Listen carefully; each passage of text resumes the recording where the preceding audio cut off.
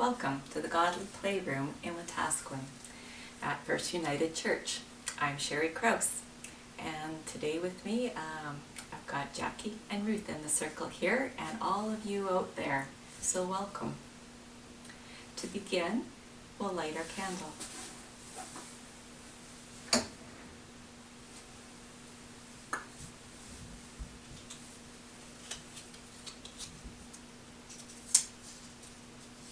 Once there was someone who said such amazing things and did such wonderful things that people would follow him.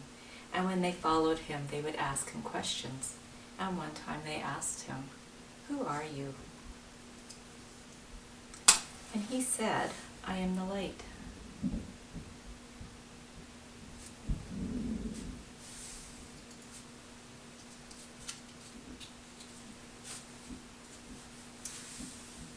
We'll put our light up here so everyone can see it and it's nice and safe. And if you want to light a candle, just make sure you ask someone for help if you need it first and be very safe. Today we're going to hear a godly play story. It's actually a story told in a godly play way. And we need to be ready to hear that story. So I'm going to make myself comfortable and take a deep breath.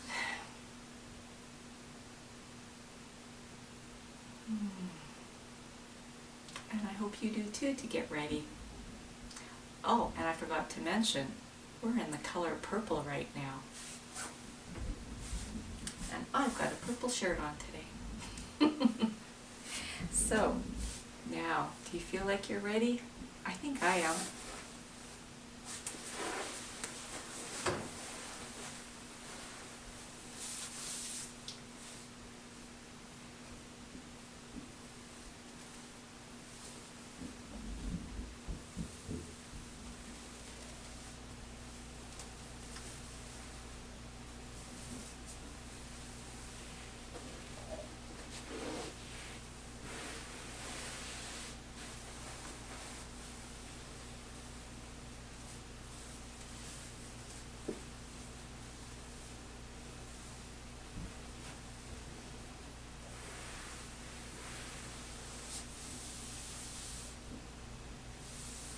This is the Sea of Galilee. So many important things happened by the sea that we need a piece of it to help us tell our stories. It's not the whole sea, we couldn't fit that in our room, but it's a piece of it to help us.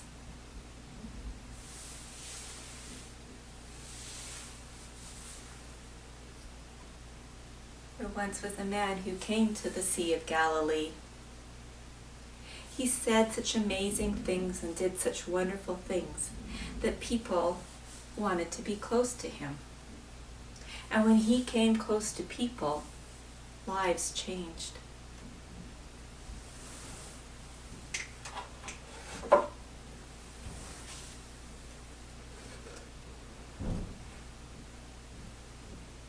One time, he came to a house by the sea, near a village called Capernaum. Crowds had gathered there to hear this man speak.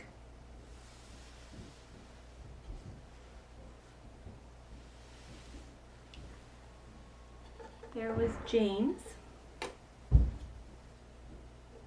and John, his brother. They were the sons of Zebedee. And Peter and Andrew, his brother too.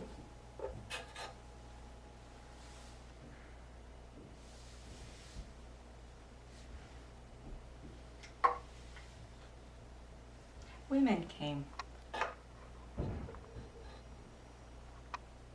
and children.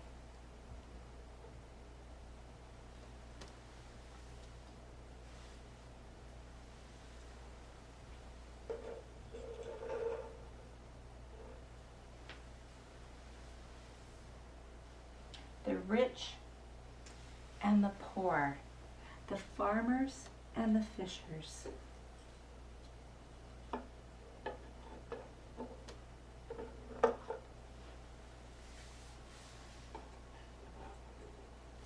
And even the sick people came.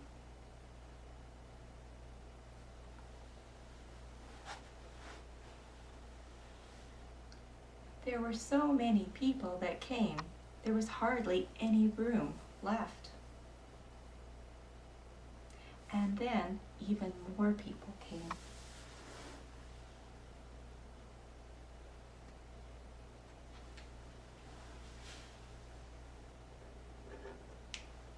The Pharisees, teachers of the law, they came to watch and to listen.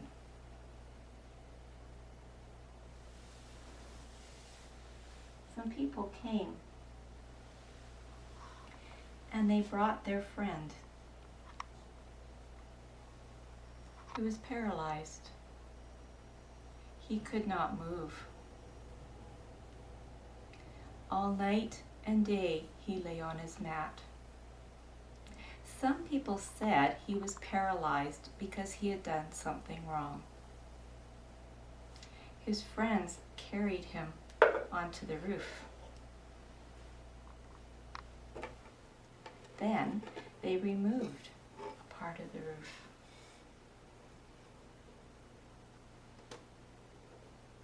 And they lowered the man down in front of the most amazing man.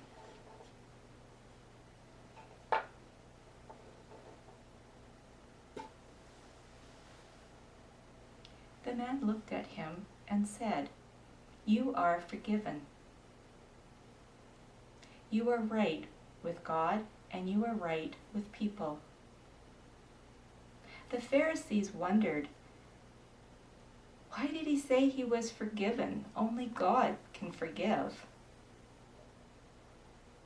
The man answered them, "Is it easier to say you are forgiven, or to tell this man to get up and walk?"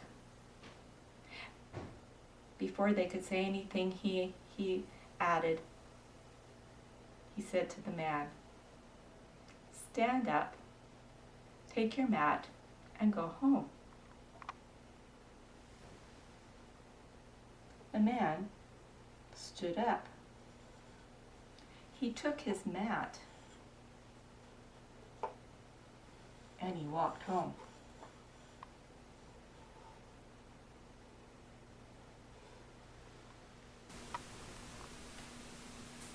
The people said, "We have never seen anything like that before." They were amazed. And then they praised God.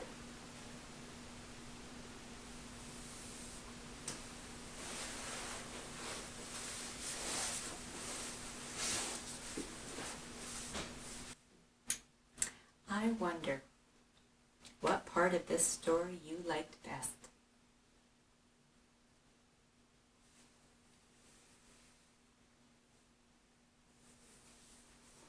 I like the ingenious of someone opening the roof to get that man in there. Yes, that's the most fun part of telling the story. Taking off the roof. I like seeing the crowd. The crowds, they just kept coming and coming. And yet there was still room somehow.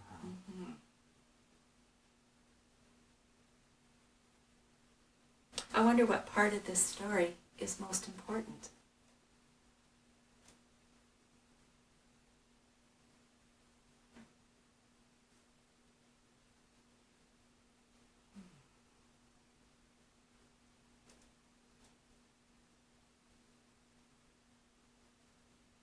I always think about the friends. The friends who took him onto the roof.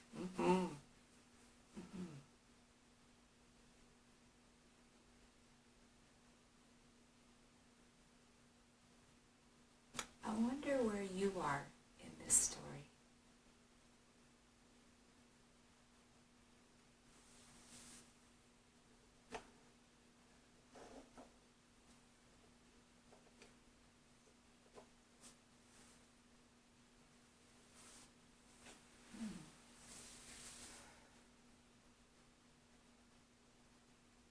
wonder if there's any part of this story that we could leave out and still have all the story we need.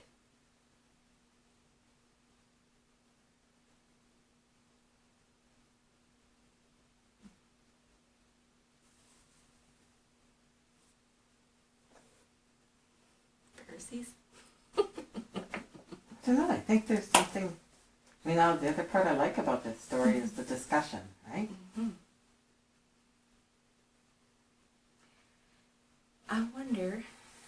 I wonder what it's like to be paralyzed.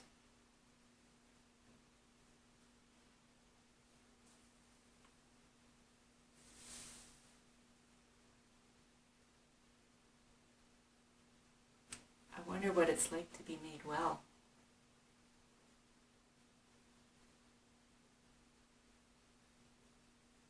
Well, I haven't been literally paralyzed, because I think that would feel very helpless and scary.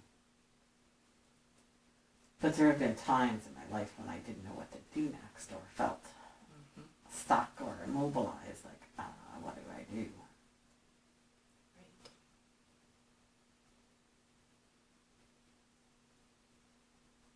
I wonder what they're talking about. I imagine there was a lot of chatter after that. Mm-hmm.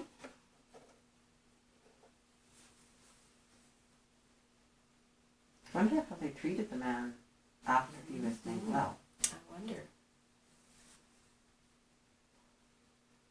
It doesn't sound like he might have been treated very well before if they thought he did something wrong to deserve it.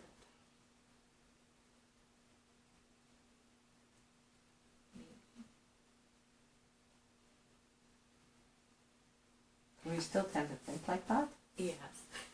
Even when we read the newspaper about something bad happening to somebody, and there must have been drugs involved, or gangs, or, they shouldn't have been out at dark, or, and certainly women have been leaned on for that kind of stuff for a long time. Yes.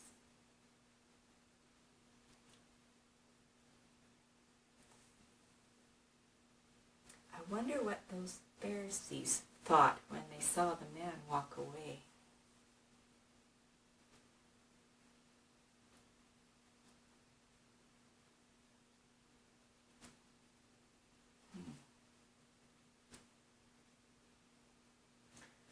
It's one of the hard parts about healing stories, right? Is we want to believe God can do it, but then it doesn't always happen. Somebody once said the problem with the miracle is then we want one for ourselves. Mm. So they may have had very mixed feelings about it all. Especially when maybe it didn't fit with what they thought was right. And I wonder about Peter and Andrew and James and John. I wonder what they thought about this healing.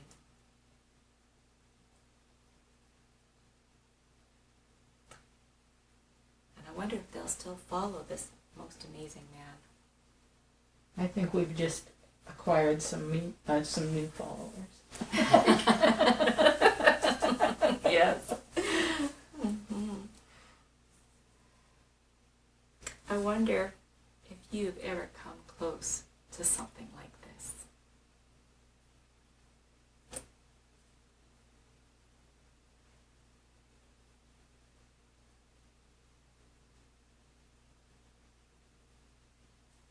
I'm going to start to put the story away. But while I do that, you can start to think about what you might want to do for your response time. And you're free to stop the video whenever you want to gather your supplies. But I will put this away. So we have the man who was paralyzed.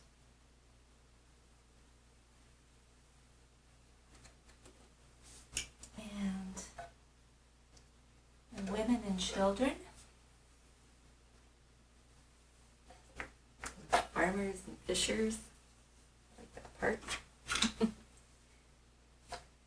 And the Pharisees who came to watch and listen.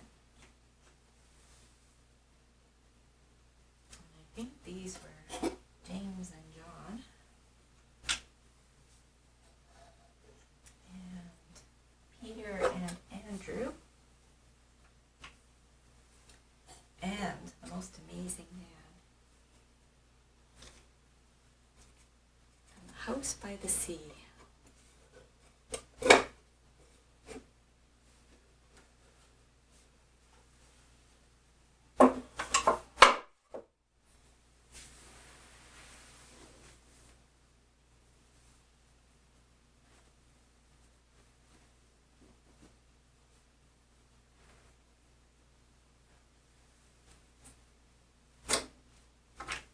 And the Sea of Galilee.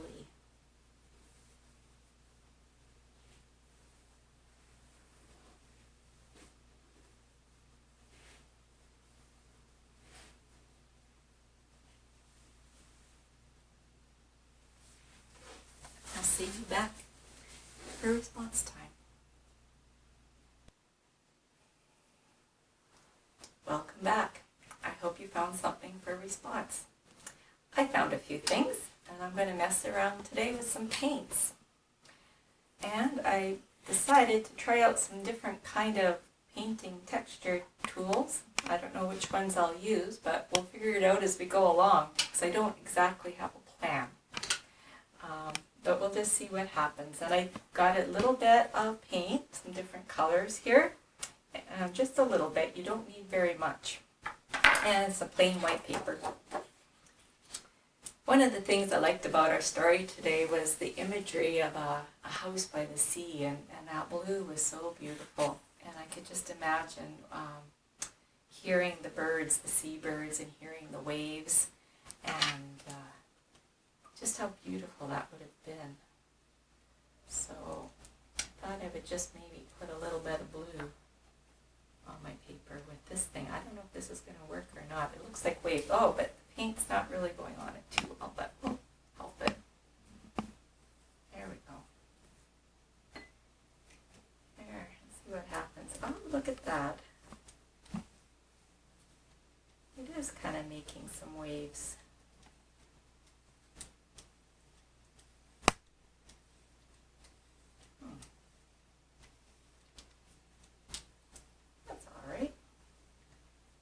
And I really like that beautiful green color.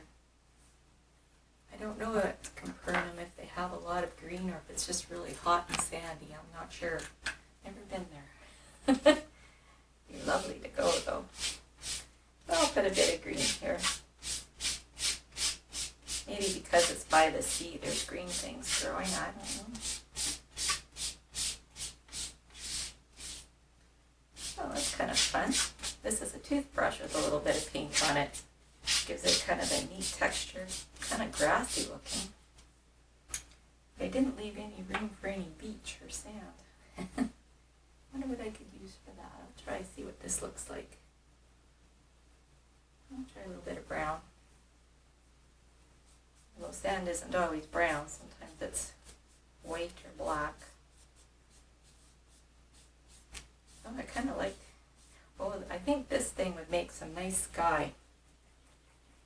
Let's try some sky. A bit of blue.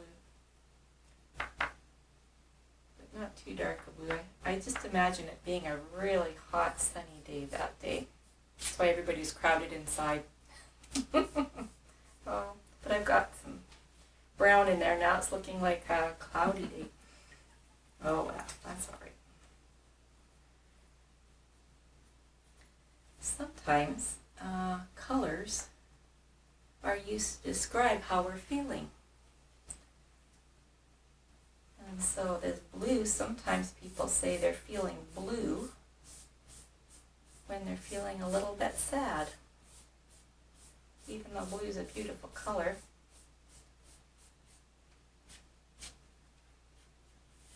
And green, which is my favorite color, sometimes people use it to say they're green with envy.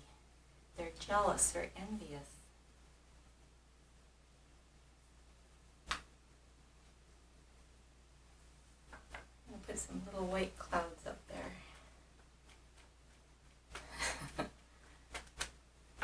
This cotton ball. Oh, it kind of works. Kind of makes it look like a sky, maybe. Have you ever heard of something that's so hot that it's white hot? And sometimes people say they're a white hot anger.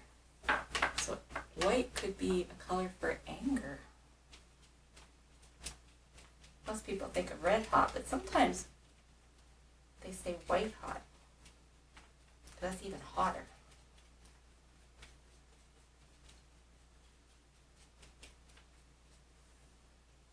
I wonder how feeling that way makes you feel.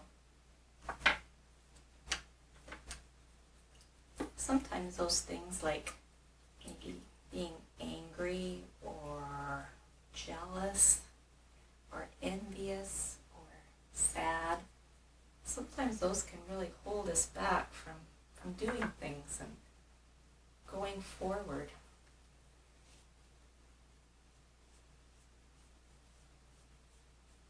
Oh, and fear. That's another one. Fear, what's a good color? Red, and I don't have any red. Sometimes I think fear could be red. Sometimes fear can keep us from going forward. You just can't seem to move. Sort of like maybe being paralyzed. Or maybe feeling sad because you feel like you should have been forgiven. Or maybe you're feeling that way because you need to do some forgiving. And you just can't really seem to get on with things till you get it done.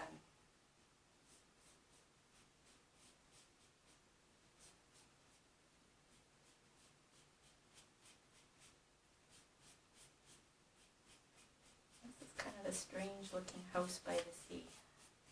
Maybe it's just part of a house. That would be better. That would be better if it's just part of a house.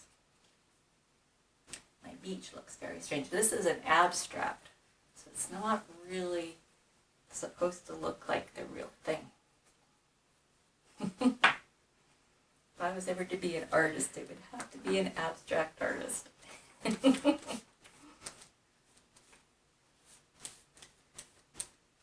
I really like using this. This is fun. So now I've got waves up in the sky, but that's okay. Maybe it's a windy day. Today that we're recording this, it's very windy out. And if there was on the ocean, the waves would be very high. Oh, there'd be white caps. I'll put some white caps on there.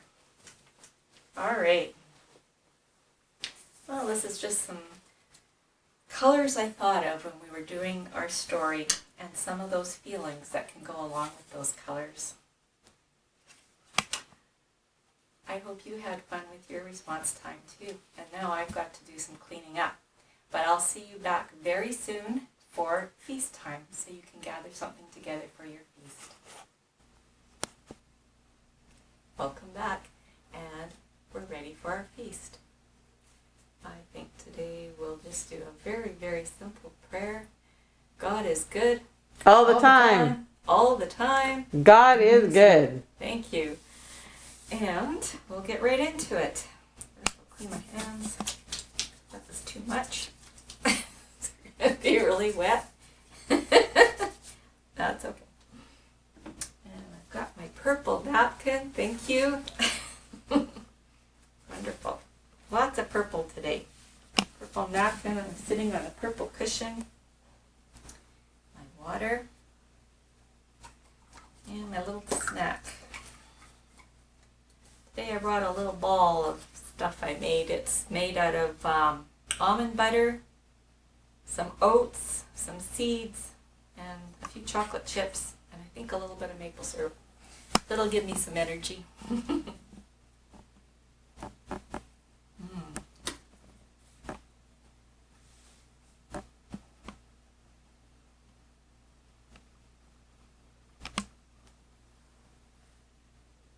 It's good, but almond butter, just like peanut butter, makes your mouth stick.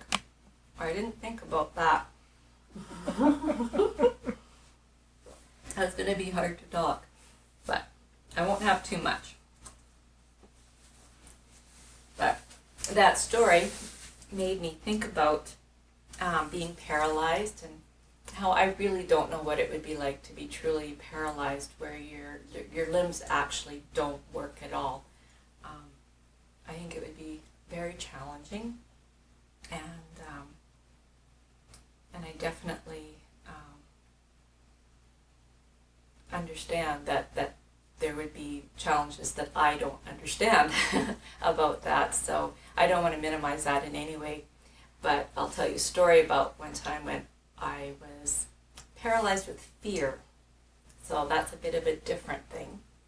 But quite a few years ago, we went for a holiday to South Carolina, and I really wanted to see the wildlife reservoir there. It's like a park, and there's hardly any people there. And I did know that there are a lot of snakes there, and unfortunately, that's one of my fears, irrational fears, is snakes. Even little garter snakes scare me.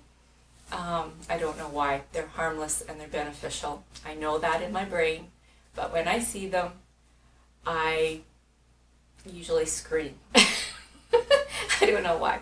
So anyways, there was a boardwalk there, so I felt a little bit better about going there, and I really wanted to see it. So we were walking on the boardwalks, enjoying ourselves very much.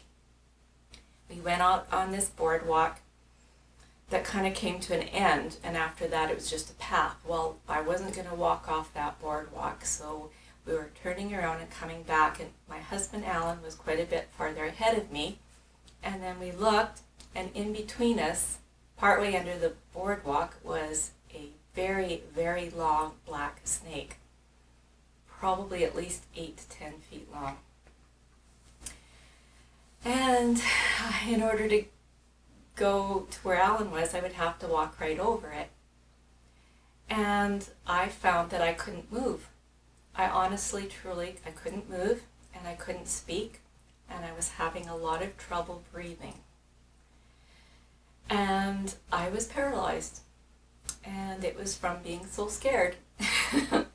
So Alan tried to get me to come forward. He tried talking to me for a long time, and I still couldn't move. I just couldn't move. But there was no other place for me to go. I couldn't go back because then I'd be off the boardwalk on the path. I couldn't go to the sides. Well, I didn't want to, stretched along there underneath, and it was all grass and who knows what else in there. The only way forward was to go forward. And so with knowing that I couldn't go back, I had to go forward. And Alan just telling me, go now, he's halfway underneath, he can't come up and get you. So I ran. I finally was able to move, and I ran.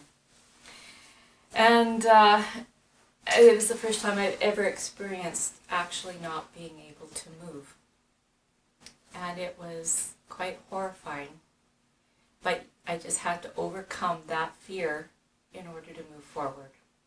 And maybe it's like that for many other things in our life, where we have to somehow overcome our fear, or our anger, or our envy, or our sadness, just to move forward, because you know there's no going back. But anyways, we eventually met up with a local man who was there fishing, and he assured us that that kind of snake is not poisonous. So we were okay. It was, I forget what it was called. It's a black snake, and there's lots of them there, and they're also called, I can't remember, a different kind of snake. But anyways, it doesn't matter. So that was good, but then he said, but you know, Cottonmouth just went by a few minutes ago. Also known as a water moccasin. So anyways, we got back on that boardwalk and finished our walk, and it was quite an adventure that I can still talk about and enjoy from a distance. Well, I think I'll leave the rest of my feast for later when I don't have to talk. And I'll start to clean that up, and we'll get ready.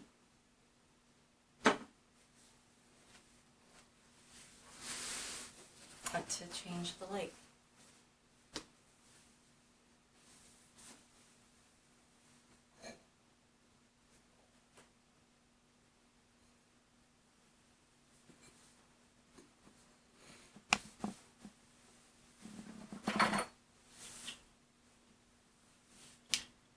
plate is now in just one place. But I'll change it. Oh, it's stubborn today. There we go. And there it goes. On its way. Maybe to you.